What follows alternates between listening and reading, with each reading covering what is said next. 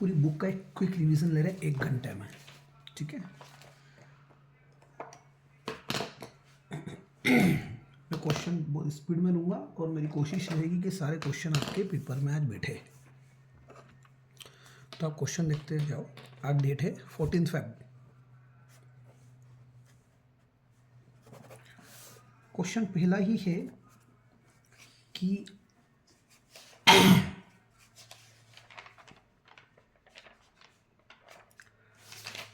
Root 2 को number line पर locate करना है, ठीक है।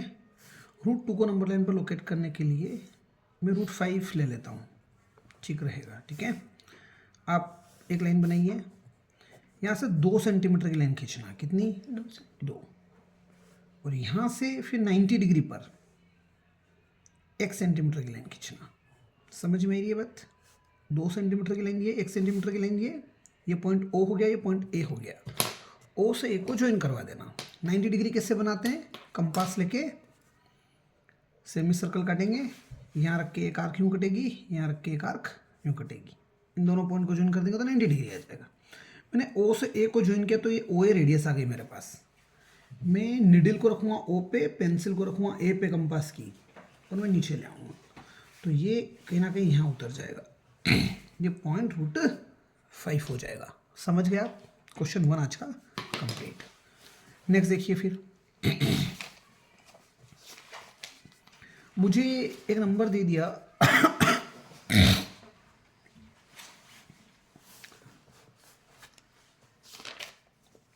0.235 और सिर्फ 35 पर बार है, ठीक है। इसको मुझे P/Q फॉर्म में बदलना है। और जो भी नंबर P/Q फॉर्म में होता है, जहाँ नीचे वाला 0 ना हो, वो रेशनल नंबर कहलाता है। कहानी क्लियर है? पढ़ाया है मैंने पहले आपको? नहीं पढ़ाई है चीज़ें? नहीं, ये वाली नहीं। अरे बेटा पढ़ा चुका हूँ मैं। कॉपी कोई और होगी, पर मैंने एक दिन रैपिड रिवीजन लिया था इसका भी, आपको पता हो तो। ये भी थे, मैं बताता हूँ आपको। एक्स किसको मानते हैं? इसको एक्स मान लिया था 0.235 के ऊपर बार। फिर कितनी डिजिट रिपीट हो रही है? 2। तो 100। हाँ, याद आया? पढ़ा पढ़ना कि नहीं पढ़ा? तो x इज इक्वल टू, पहले तो मैं इसको लिख दूँ 0.2 ऐसा कैसा 35 35 35 डॉट डॉट डॉट। किससे मल्टीप्लाई करेंगे? दोनों तरफ 100 से, क्योंकि 2 डिजिट रिपीट हो रही है। तो इधर भी कहीं से मल्टीप्लाई करूँगा? 100 से। 100 से किसका मल्टीप्लाई किया? 0.235 35 35, इस तरह से चलता जाएगा। 2 डिजिट जंप करके आगे आ जाएगी। तो 100x है, यहाँ पर 100 है, 2 3 आगे आ गया, तो पॉइंट के बाद क्या बचेगा? 5 3 5 3 5 3, इस तरह से। समझ में आ रही कि नहीं आ रही बात? तो ये 100 तो गायब हो गया क्योंकि मल्टीप्लाई कर चुके हैं। यहाँ बचा 100x, यहाँ बचा 23.535353।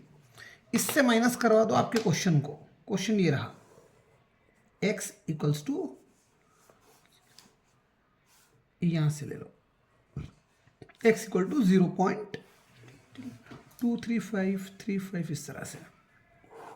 3 से 3 कैंसिल, 5 से 5 कैंसिल, 3 से 3 कैंसिल, 5 से 5 कैंसिल, 3 से 5 में से 2 जाएगा तो 3 बचेगा, पॉइंट बचेगा 3 और 2। 100x में से 1 जाएगा तो 99x बचेगा। तो 99x किसके बराबर आ गया? 23.3। तो x आ जाएगा 23.3 और डिवाइड में 99। पॉइंट हटाएंगे तो 0 लगाएंगे, x हो गया 233/990। नहीं समझ में ये बात? कहानी क्लियर है कि नहीं क्लियर है? आपको आज का तीसरा क्वेश्चन है। ये बोल रहा है कि 1/7 एक नंबर है और 2/7 एक नंबर है। इन दोनों के बीच में इरेशनल नंबर निकालना है। ये मेरी ही रेटिंग है, समझ रहे हैं आप? तो 1/7 को 1 को डिवाइड करते गए थे 7 से, तो 0.142857 आया था। फिर वापस से 1 बच गया था, फिर यही चालू हो जाएगा नंबर। मतलब ये नंबर रिपीट होता जा रहा था, इससे बार लगा दिया। 1/7 था और यहाँ पर कितना है? 2/7। इसमें 2 का मल्टीप्लाई कर दो तो ये हो जाएगा 0.285714। इन दोनों के बीच में अपने को एक रेशनल नंबर निकालना था और मैंने लिख दिया था कि 3 निकाल लेना आप। तो 0.14 दिख रहा है, इसके बाद कोई भी नंबर ले लो जो 0.28 से कम हो। 14 से 28 के बीच में कोई भी नंबर ले लो, मान लीजिए आपने 17 ले लिया, 0.17। अब इसके आगे ऐसे नंबर लगाओगे रिपीटेशन ना होना चाहिए, पेयर नहीं चलने चाहिए। जैसे 17 है तो 17 17 17 नहीं चलना चाहिए, 17 है, 17 के बाद 117 कर दो, 1117 कर दो। नहीं समझ में आई बात? 4 बार 1 करके 7, तो कोई भी रिपीट, ये 17 था, कोई 17 रिपीट हुआ क्या? नहीं समझ में आई बात? तो ये इरेशनल नंबर हो जाएगा, दैट्स ऑल। ऐसे वो जितने नंबर आपसे मांगे उतने लिख दीजिएगा। क्लियर है कहानी? जो भी क्वेश्चन रूट के अंदर सॉल्व हो जाए, जैसे 22/7 पाई √225 √81 और √23, इनमें से बताना कि इरेशनल कौन है। और ले लो 7.478 478 डॉट डॉट डॉट, और एक है 1.0 100 100 1 4 बार 0, इस तरह से। आप देखो 22/7 ऑलरेडी p/q की फॉर्म में है, जहाँ पर q 0 नहीं है, ये रेशनल है। देखिए पाई को इरेशनल मानते हैं क्योंकि पाई और 22/7 अलग अलग नंबर है। हम तो क्वेश्चन को इजी करने की वजह से सर्कल में पाई की वैल्यू, सर्कल के एरिया वगैरह निकालते हैं तो पाई की वैल्यू 22/7 रखते हैं क्योंकि वो थोड़ा इजी रहे। लेकिन एक्चुअल में पाई इस तरह का नंबर है जो कभी ख़त्म नहीं होता और रिपीट भी नहीं होता। समझ में ये बात? जैसे 100 के बाद 100 नहीं आ रहा है, 1000 आ रहा है, रिपीट भी नहीं होता, ख़त्म भी नहीं होता। रिपीट नहीं होता था नॉन रिपीटिंग, और ख़त्म नहीं होता होगा नॉन टर्मिनेटिंग। जो नॉन रिपीटिंग हो, नॉन टर्मिनेटिंग हो, इरेशनल। जो रूट सोल्व हो जाए, जैसे 225 रूट के बाहर के 15 बना लेगा, 81 रूट के बाहर के 9 बना लेगा, लेकिन 23 थोड़ी बना पाएगा, तो ये इरेशनल हो गया। अब देखो 478 478 478 ये रिपीट होता जा रहा है, तो ये टर्मिनेट तो नहीं हो रहा, नॉन टर्मिनेटिंग है बट रिपीटिंग है, तो रेशनल होगा। नॉन टर्मिनेटिंग रिपीटिंग हो तो rational, non terminating non repeating हो तो इरेशनल। समझ में आई कि नहीं आई बात? बढ़े आगे। आपको 2 नंबर ऐड करना है, 2√2 + 5√3 एंड √2 - 3√3, इनको ऐड कर रहे हैं अपन। तो √3 कॉमन लेके √3 लिख दो, बच क्या गया प्लस का 5 माइनस का 3, 5 में से 3 जाएगा तो क्या बचेगा 2, 2 बार √2 और एक और बार √2, 3 बार √2, ये आंसर हो गया आपका। बड़े क्या गया प्लस साइन था तो हमने भी क्या लगा दिया प्लस साइन। समझ गए आप? नेक्स्ट क्वेश्चन देखिए, मल्टीप्लाई करना है 2 नंबर्स को, इसी क्वेश्चन का पार्ट लिख रहा हूँ। क्वेश्चन 5th का पहला कर लिया मैंने, क्वेश्चन 5th का सेकेंड। ये जो मैं क्वेश्चंस करा रहा हूँ ये फाइनल की परीक्षा की तैयारी करवा रहा हूँ, समझ रहे हो आप? यहीं से क्वेश्चन बैठेंगे। 6√5 मल्टीप्लाइड बाय 2√5, समझ रहे हैं आप? 6 2 12, √5 into √5 5, 12 5 60। समझे आप क्या हुआ? क्वेश्चन आपसे पूछेगा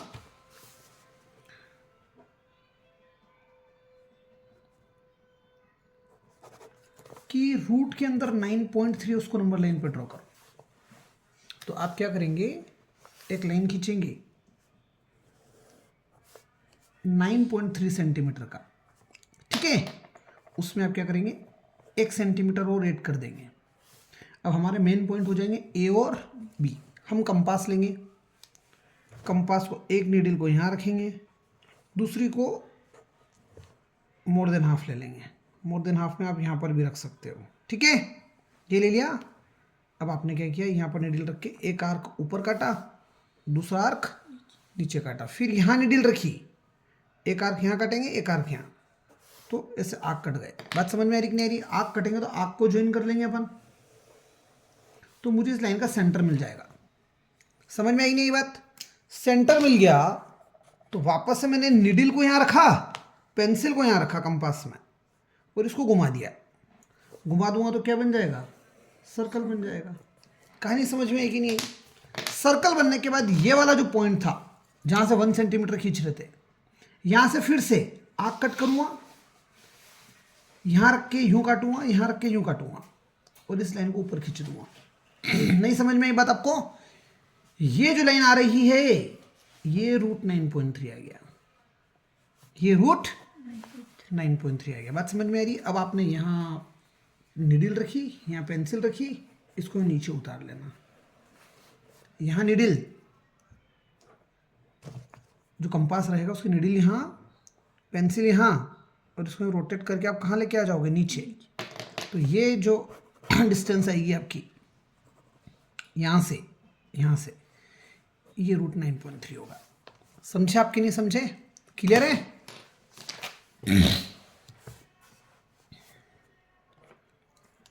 क्वेश्चन नंबर 7 है 5 + √5।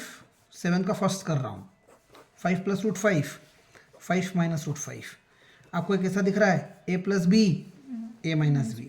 तो आप लिखेंगे a का स्क्वायर माइनस b का स्क्वायर। 5 का स्क्वायर 25 और √5 का स्क्वायर तो 5 ही होता है। 25 में से 5 गया तो 20। समझे आप मेरी बात? चलिए सेकेंड क्वेश्चन, इसका टेस्ट कल देना है सारे क्वेश्चंस का, इसी का सेकेंड पार्ट कर रहे हैं। √3 + √7 का होल स्क्वायर करना है। आप लिखेंगे ये a + b का होल स्क्वायर दिख रहा है आपको, तो आप क्या लिखोगे? a का स्क्वायर b का स्क्वायर 2ab। a मतलब √3 इसका होल स्क्वायर, b मतलब √7 इसका होल स्क्वायर 2। a की जगह √3, b की जगह √7। समझ रहे हैं? √3 रूट से रूट स्क्वायर कटेगा तो 3, स्क्वायर से रूट कटेगा तो 7, √3 √7 √21, 2 बच गया बाहर। 7 और 3 10 + 2 √21। समझ गए आप मेरी बात? एक और देख लो इसी में, √11 - √7, √11 + √7, a - b, a + b। ये होगा a का स्क्वायर माइनस b का, √11 का स्क्वायर 11, √7 का स्क्वायर 7। 11 में 7 जाएगा तो क्या बच जाएगा? 4। क्लियर है कहानी? चलिए नेक्स्ट क्वेश्चन है, रेशनलाइज करना है। क्वेश्चन नंबर 7 के बाद 8 कर रहे हैं अपन। रेशनलाइज में पहला 1/√2 को रेशनलाइज करने के लिए बोले तो मल्टीप्लाई में √2 डिवाइड में √2, √2 नीचे बच गया 2, ऊपर बच गया √2। रेशनलाइजेशन का मतलब ही है नीचे से रूट गायब कर दो। रेशनलाइजेशन का मतलब क्या है? नीचे से रूट गायब कर दो। आपका एग्जाम है 4 मार्च को, मैथ है ना? आप बहुत टाइम है। नेक्स्ट रेशनलाइजेशन जो है वो इस क्वेश्चन पर है। क्वेश्चन नंबर 8 का ही सेकंड कर रहे हैं। 3 क्वेश्चन दे रहा हूं मैं इसमें। 5 में √3 - √5। अब इसको रेशनलाइज करने के लिए क्या करेंगे? ये क्या दिख रहा है? √3 - √5, तो √3 + √5, √3 + √5। तो ऊपर वाला तो हो जाएगा 5 के मल्टीप्लाई में √3 + √5, और डिवाइड में देखो a - b, a + b, a का स्क्वायर माइनस b का स्क्वायर। तो ऊपर वाला हो गया 5, √3 + √5, √3 का स्क्वायर 3, √5 का स्क्वायर 5। सो ये हो गया -2, ऊपर वाला गया 5, √3 + √5। नहीं समझे आप क्या किया? कहानी क्लियर है? तो इस माइनस को ऊपर भी शिफ्ट कर सकते हैं, यहाँ पर भी छोड़ देते तो कोई फर्क नहीं पड़ता है। इसका एक पार्ट और कर लेते हैं।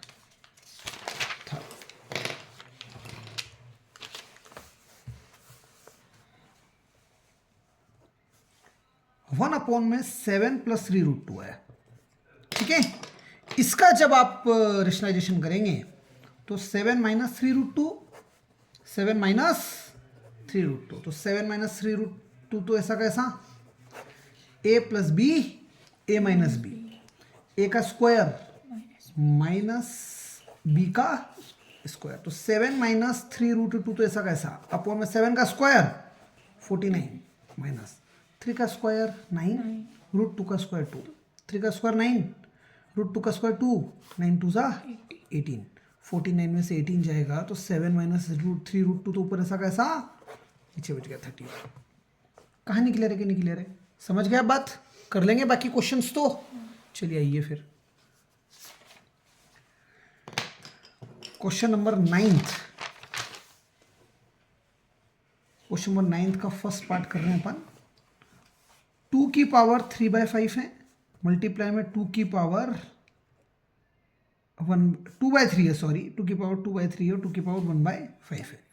अब आप देखो बेस सेम है, कॉपी कौन सी है मुझे नहीं पता, पर ये क्वेश्चन मैंने करवाया आपको। क्वेश्चन कॉपी बदली है क्या कि यही चल रही है?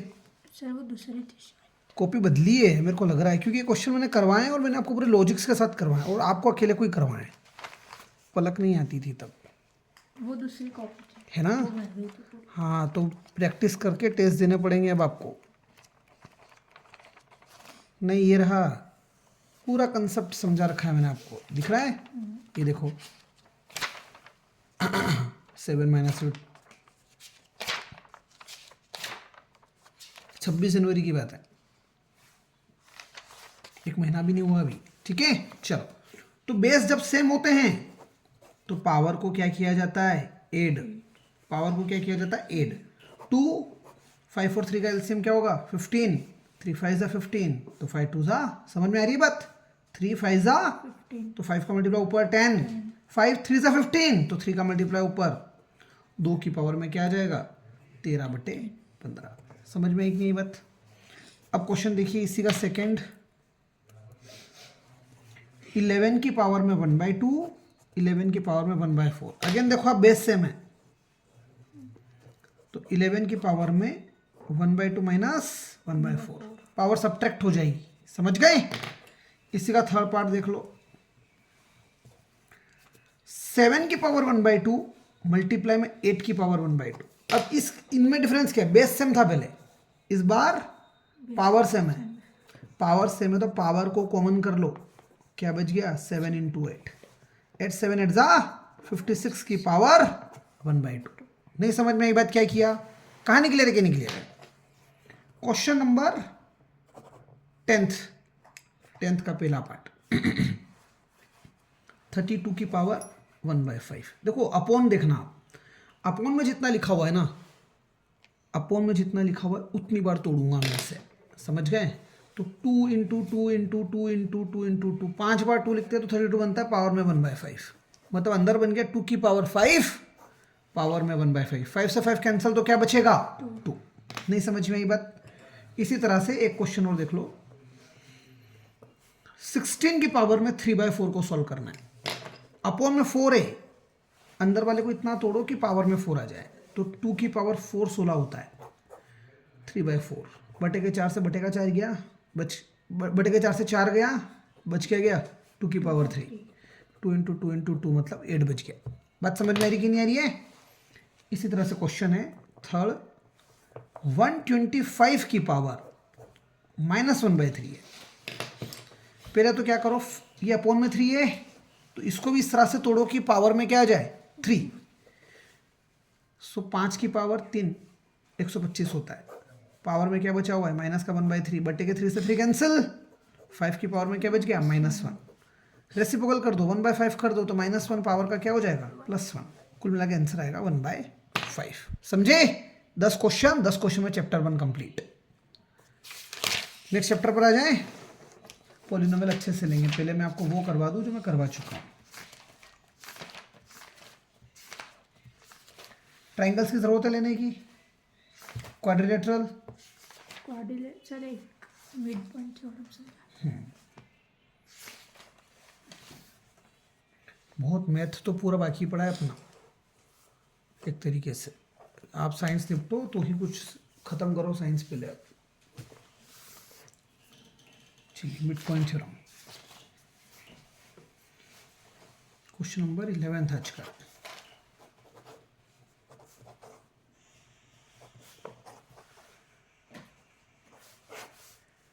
एक ट्रायंगल है, उसमें अगर ये मिड पॉइंट्स हैं,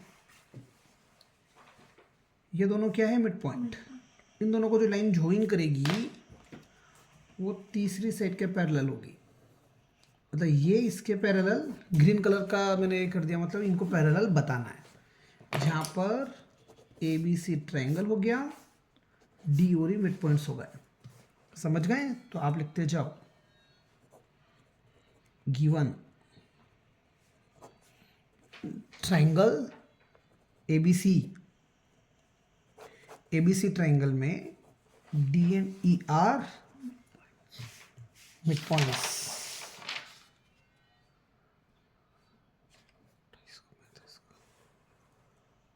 डी और ई कितना है? मिड पॉइंट है। ठीक है,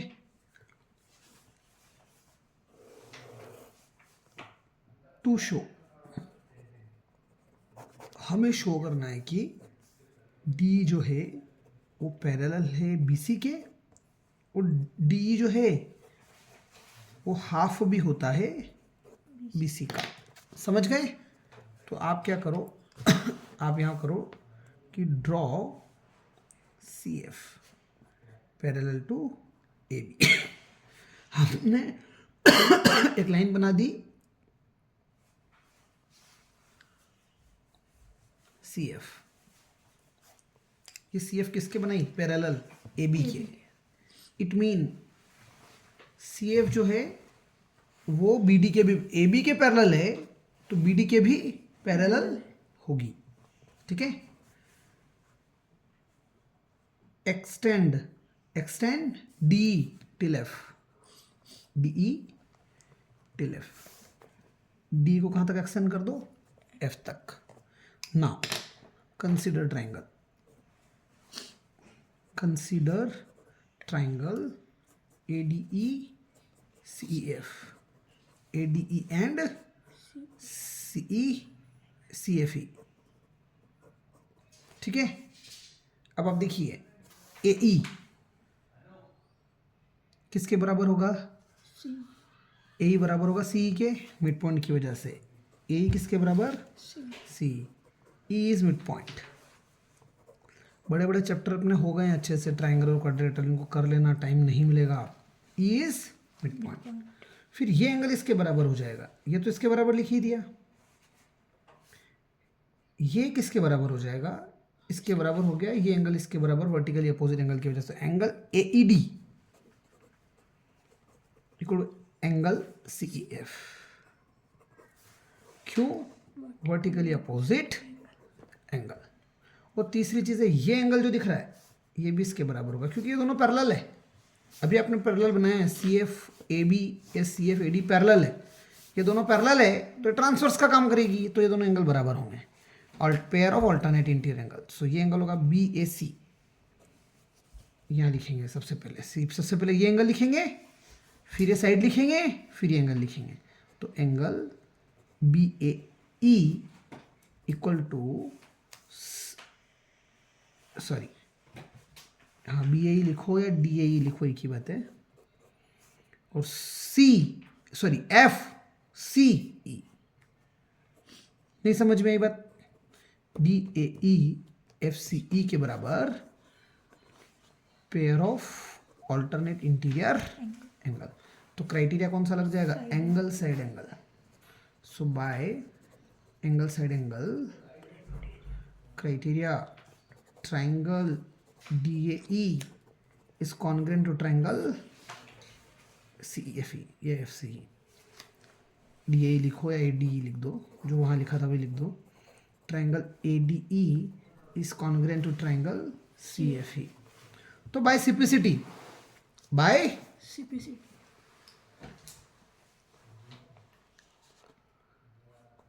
CPCT।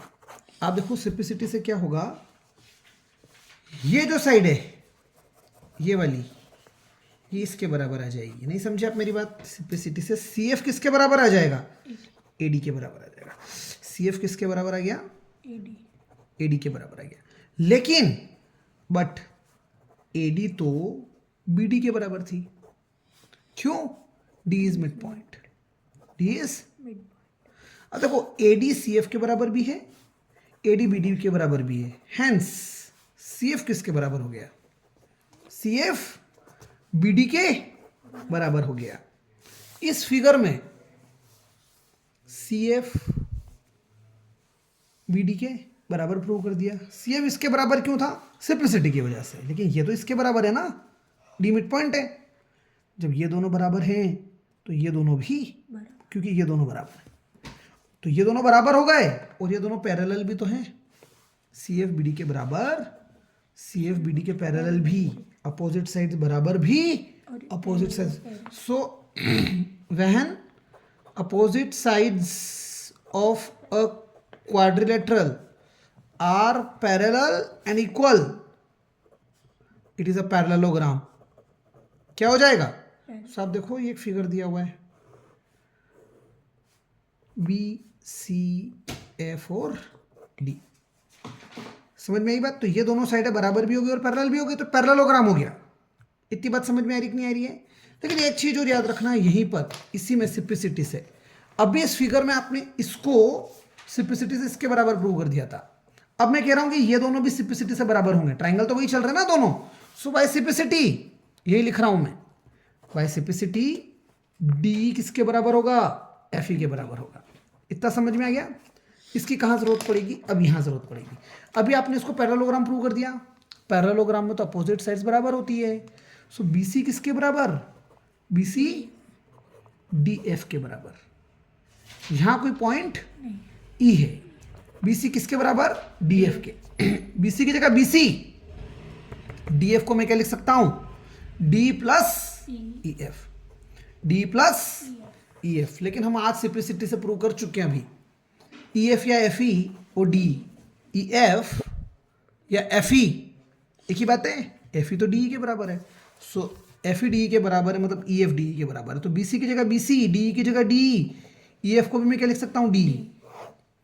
B C is equals to D plus D, 2 times of D. 2 को डिवाइड में लेके आ जाओ, तो बी सी का हाफ डी के बराबर आ गया।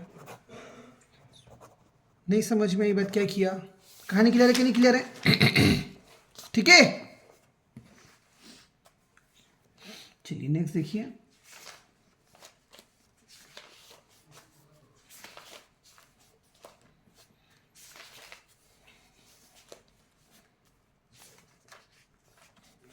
सर इसका ये वाला क्वेश्चन,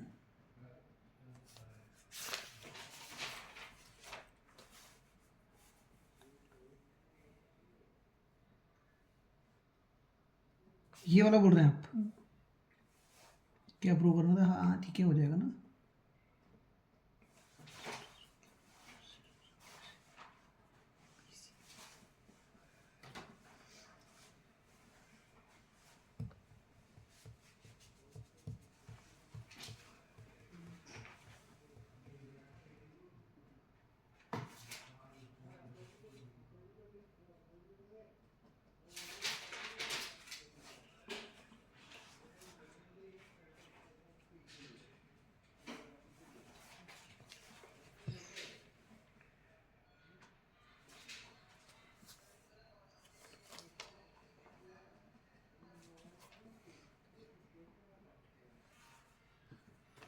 क्वेश्चन है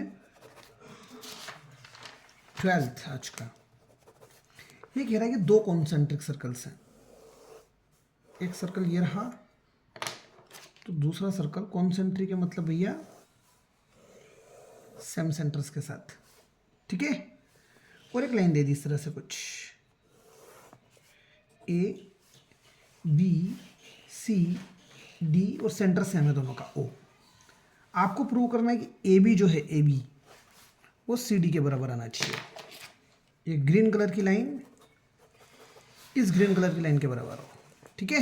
ए बी किसके बराबर हो? सी डी के बराबर हो। गिवन विवन क्या है सब मैं बोल चुका हूँ, तो लिख नहीं रहा हूँ। 2 कॉन्सेंट्रिक सर्कल से, सेंटर ओ है, लाइन ए डी है, आपको ए बी और बी सी सी डी को बराबर प्रूव करना है। समझ में आ रही बात? तो आप लिख लो सबसे पहले, draw O M, O M, draw O M perpendicular to A D या बी सी, जहां पर भी, ठीक है। अब देखो, पहले सर्कल में इसको ज्वाइन कर लूं तो पहले सर्कल का रेडियस हो गया स्मॉल आर, तो ये भी तो पहले सर्कल का रेडियस होगा। तो 2 ट्रायंगल दिख रहे कि नहीं दिख रहे? एक ट्रायंगल ये और दूसरा ट्रायंगल ये। नहीं समझ में आई बात? So consider triangle O M B and triangle O M C. ये एंगल 90 डिग्री क्यों है? हमने बनाया अभी, तो मैं लगा रहा हूं criteria RHS, right angle hypotenuse और एक साइड। राइट एंगल मतलब इन एंगल्स को लिखूंगा, एंगल ओ एम सी कितना 90 डिग्री। क्यों? क्योंकि ओ एम को आपने परपेंडिकुलर बनाया था बी सी के। हाइपोटेनस लिखना है तो आड़ी वाली लाइनें क्या हो जाएगी, साइड। ओ बी किसके बराबर, ओ सी के। रेडियस ऑफ सेम सर्कल या रेडिया है ऑफ सेम सर्कल। और लास्टली क्या लिखेंगे अपन, side O M. O M इस ट्रायंगल की भी साइड है, O M equal to O M common. तो क्राइटेरिया कौन सा लग गया, एंगल साइड नहीं R H S. Right angle 90 degree है, ये 90 डिग्री हाइपोटेनियस और ये साइड। सो बाय, मैंने लिखा है R H S, by R H S, by right angle hypotenuse and side criteria, triangle O M B is congruent to triangle O M C. समझ में आ रही है बात? तो बाय सिप्लिसिटी बी एम किसके बराबर हो जाएगा, सी एम के। B M will be equal to C M. इतनी बात समझ में आ गई? अब देखना, अब बड़ा वाला ट्राइंगल कंसिडर करूंगा मैं, मतलब ये ब्लू कलर का ट्राइंगल दिख रहा है, ओ एम ए, इस तरह से O M D. Now consider triangle O M A and triangle O M D. Consider triangle O M A and O M D. बात समझ में आ रही कि नहीं आ रही है? O M A O M D, इसमें अगेन आर एच एस लगेगा। कैसे? Right angle O M A, angle O M A किसके बराबर है, एंगल ओ एम डी के बराबर। कितना? 90 डिग्री, क्योंकि ओ एम जो है वो परपेंडिकुलर है ए डी के। ठीक है, नेक्स्ट है हाइपोटेनियस, ओ ए किसके बराबर, क्यों? रेडिया है ऑफ सेम सर्कल। और ए एम किसके बराबर है, नहीं सॉरी ए एम नहीं, ओ एम क्या है, दोनों में कॉमन, इस वाले में भी और इस वाले में भी, तो common. So again by R H S criteria, triangle O M A is congruent to triangle O M D. तो बाय सिप्लिसिटी से ए एम किसके बराबर हो जाएगा, एम डी के बराबर हो जाएगा। A M will be equals to M D. नहीं समझ में आई बात? अब आप देखो, ए एम एम डी के बराबर है, ठीक है। ए एम में से मैं माइनस कर लूं बी एम, ए एम में से मैं माइनस कर लूं बी एम, और एम डी में से माइनस कर लूं सी एम। और हम जानते हैं कि बी एम और सी एम दोनों क्या हैं, मतलब बी एम माइनस कर रहे हो या सी एम माइनस कर रहे हो, इक्वल चीजें माइनस हो रही है। सो एक्सियोम में ए एम और एम डी इक्वल थे, बी एम और सी एम इक्वल थे। इक्वल से इक्वल सब्ट्रैक्ट करते हैं तो the remaining is equal. Axiom में इक्वल से इक्वल सब्ट्रैक्ट करते हैं तो द रिमेनिंग इज इक्वल। समझ में आई बात की नहीं आई? सो जब इक्वल से इक्वल सब्ट्रैक्ट किया जाएगा तो बचा हुआ भी क्या रहेगा, इक्वल। एक्सियोम लिखी हुई है, if the equals are subtracted from the equal the remainders are equal. Axiom third क्या बोलती है, if equals are subtracted from the equal the remainders are equal. तो आपको ये एग्जाम लगा कर आनी है और आपको बताना है कि ए एम में से बी एम जाएगा, ए एम में से बी एम जाएगा तो ए बी बचेगा। इसी तरह से डी एम में से सी एम जाएगा तो सी डी बचेगा। सो इन दोनों का डिफरेंस बच जाएगा ए बी, इन दोनों का डिफरेंस बच जाएगा सी डी। Hence proved. समझ में आई कि नहीं आई बात?